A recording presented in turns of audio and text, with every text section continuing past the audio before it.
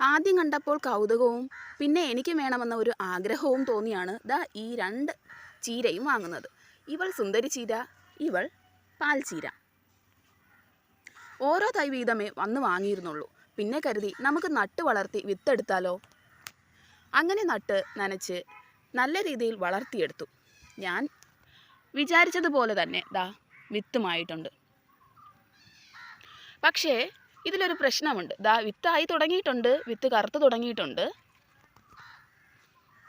ഇവിടെ ഒരു ശത്രു ഒളിഞ്ഞിരിപ്പുണ്ട്. ആരാണെന്നല്ലേ? നമ്മുടെ ഉറുമ്പ് തന്നെ. ദാ വിത്തായിട്ടുണ്ട്. പാൽച്ചീരയിലും സുന്ദരിച്ചീരയിലും വിത്ത് കറുത്തിട്ടുണ്ട്.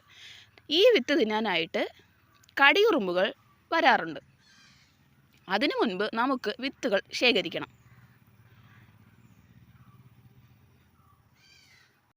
നമ്മുടെ ഒരു അശ്രദ്ധ കൊണ്ട് മാത്രം ഈ വിത്തുകൾ നഷ്ടമായാൽ അതിലും വലിയ സങ്കടം നമുക്കിനി വരാനുണ്ടാവില്ല.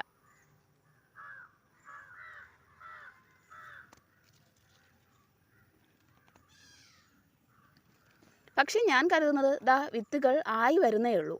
അപ്പോൾ അതിനു മുൻപ് നമുക്കൊരു പ്രതിവിധി എന്നോണം മഞ്ഞൾപ്പൊടി ഇട്ട് കൊടുക്കണം. അടുത്ത തവണ വരുമ്പോൾ വീട്ടിൽ നിന്ന് കുറച്ച് മഞ്ഞൾപ്പൊടി എടുത്തുകൊണ്ട് വന്ന് ഇട്ട് കൊടുക്കാമെന്നാണ് കരുതുന്നത്.